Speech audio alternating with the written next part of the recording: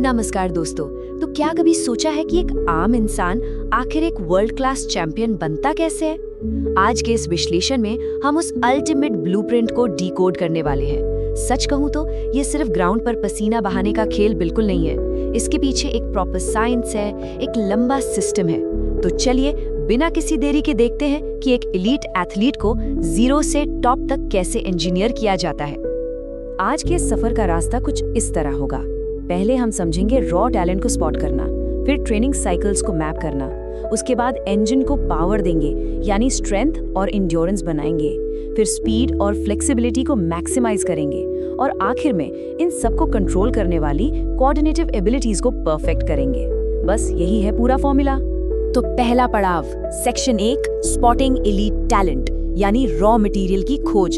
खैर, इस सफर की शुरुआत अक्सर हमारे स्कूल से होती है, जो इन फ्यूचर चैंपियंस को छोटी उम्र में पहचानने में एक बहुत बड़ा और लंबा रोल प्ले करते हैं। देखिए, टैलेंट आइडेंटिफिकेशन हवा में तीर चलाना नहीं है, ये एक proper step by step science है। सबसे पहले होता है डिटेक्शन, जहां नेचुरली टैलेंटेड बच्चों को ढूंढा जाता है। फिर आती है साइंटिफिक आइडेंटिफिकेशन, उसके बाद उनका लगातार डेवलपमेंट और फिर एलीट सिलेक्शन होता है। और एंड में होता है ट्रांसफर, जिसका सीधा सा मतलब है कि उन्हें उनके बॉडी टाइप और नेचुरल स्किल्स के हिसाब से सबसे बेस्ट स्पोर्ट में शिफ्ट कर देना।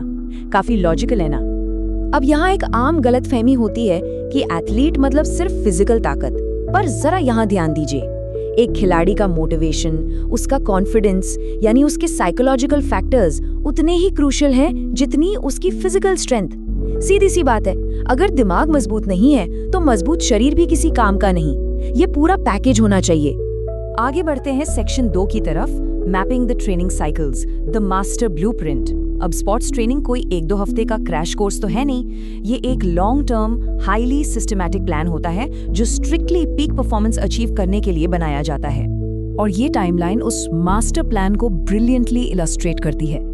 देखिए कैसे एक विशाल ओलंपिक सपने को छोटे छोटे मैनेजेबल हिस्सों में तोड़ दिया जाता है। सालों का ओलंपिक प्लान एक मैक्रोसाइकिल बनता है जो 6 महीने से 1 साल का होता है।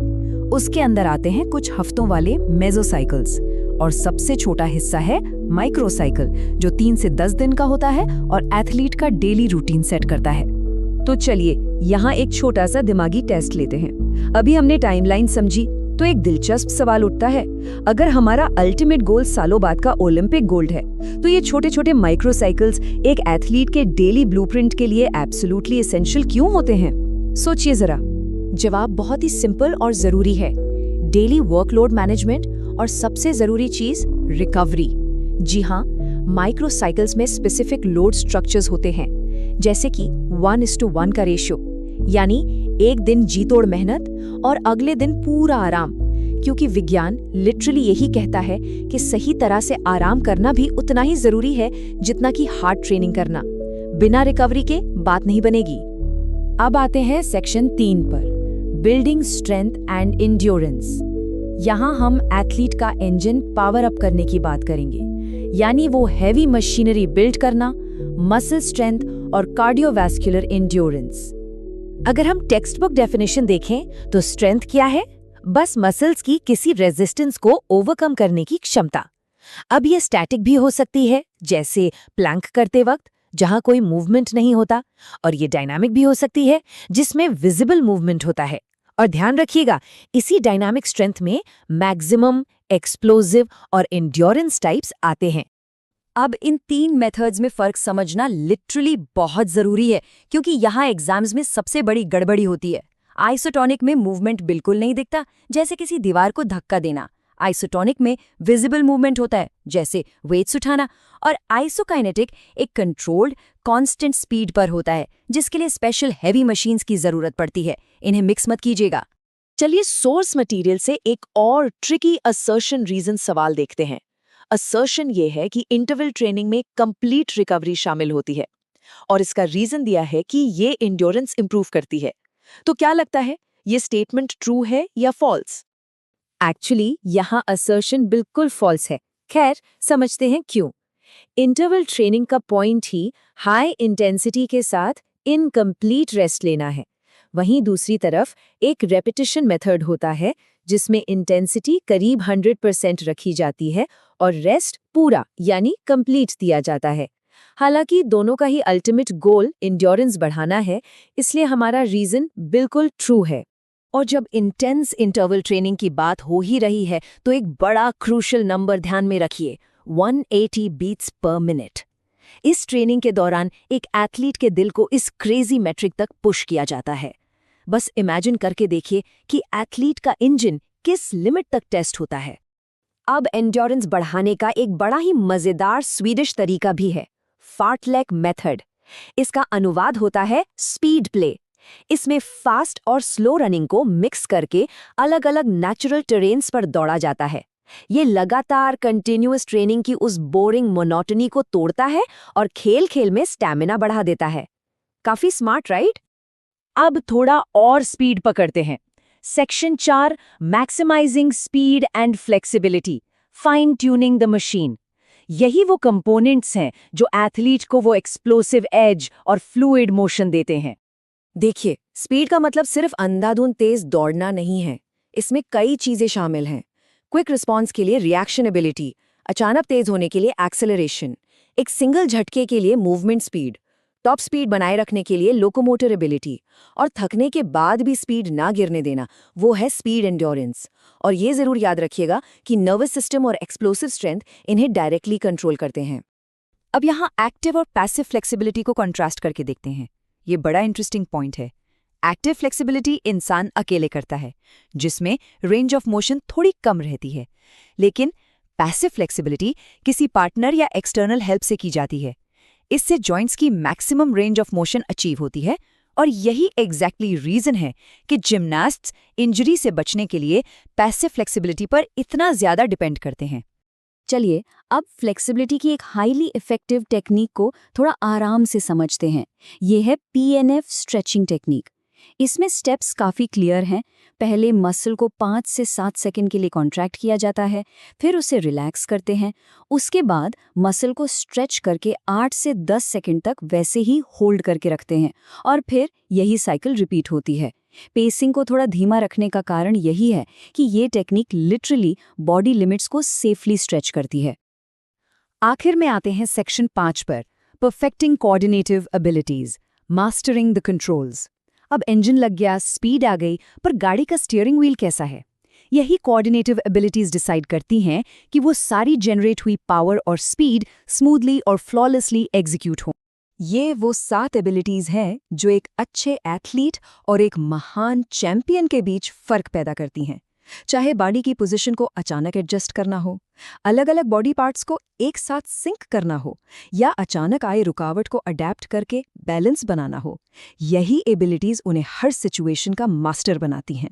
तो अब तक जो कुछ भी समझा गया है उसे एक प्रैक्टिकल सिनेरियो में टेस्ट करते हैं। एक केस स्टडी देखिए। एक स्प्रिंटर रोजाना 40 मीटर की एक्सेलरेशन रन्स की प्रैक्टिस करता है और हर रन के बाद कंप्लीटली रेस्ट करता है। सोचिए, यहाँ कौन सा फिटनेस कंपोनेंट और कौन सा स्पेसिफिक मेथड यूज हो रहा है? बिंगो, जवाब बिल्कुल क्लियर है। यहाँ कंपोनेंट है स्पीड, और एथलीट डायरेक्टली अपनी एक्सेलरेशन को टारगेट करने के लिए एक्सेलरेशन रन मेथड का इस्तेमाल कर रहा है। ये लिटरली एक परफेक्ट एग्जाम्पल है कि कैसे ये सारी text book definitions ground level track practice पर अप्लाई होती हैं। तो इस पूरे विश्लेषण को देखने के बाद एक बड़ा और प्रोवोकेटिव सवाल उठता है। अगर साइंस ह्यूमन बॉडी के फिजिकल परफेक्शन के हर एक फेज को माप और कैलकुलेट कर सकती है, तो scientifically engineered human athletic performance की ultimate limit. Let's dive right into this explainer. We're going to treat the human body literally like a high-performance vehicle. We're decoding the exact science used to build elite athletes. Have you ever wondered how raw potential actually transforms into Olympic-level greatness? Well, it isn't just about spending endless hours in the gym, right?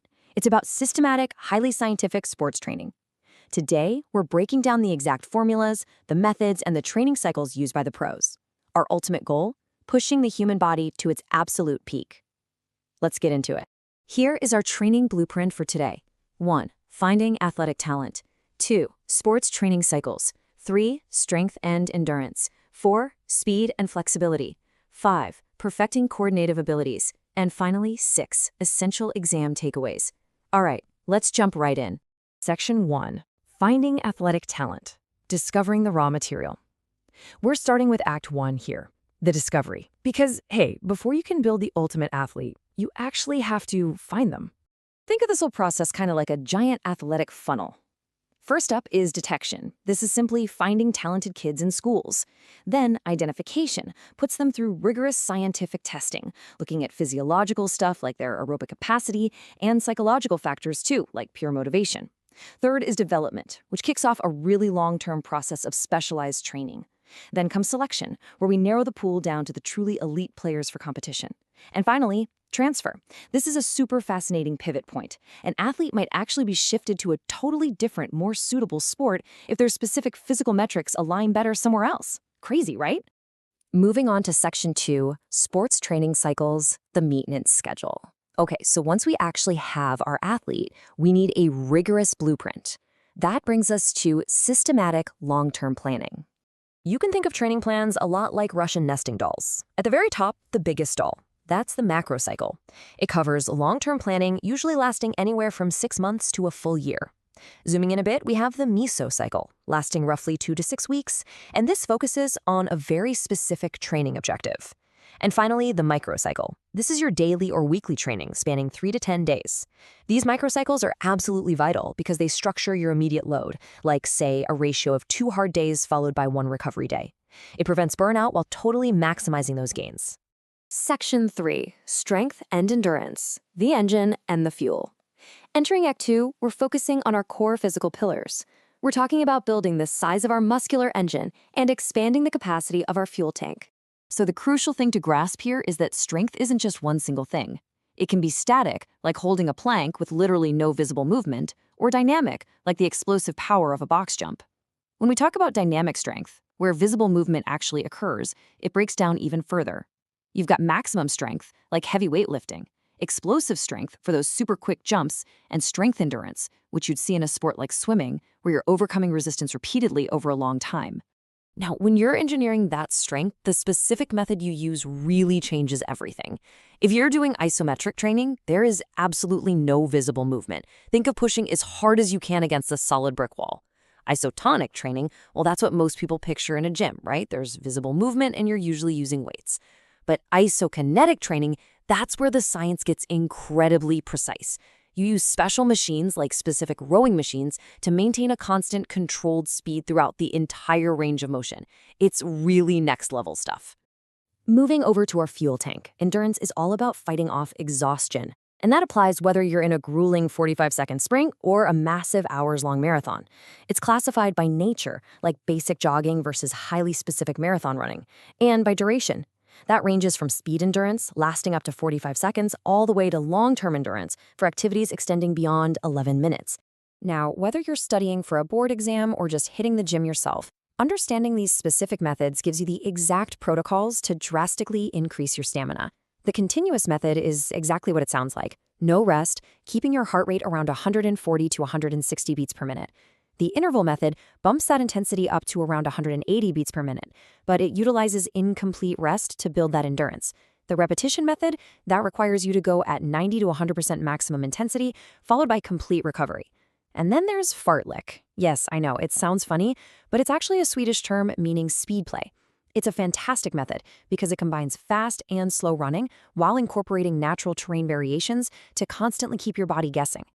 Section 4, Speed and Flexibility, Fine-Tuning the Chassis. For Act 3, we are fine-tuning the machine by optimizing the nervous system, explosive technique, and range of motion.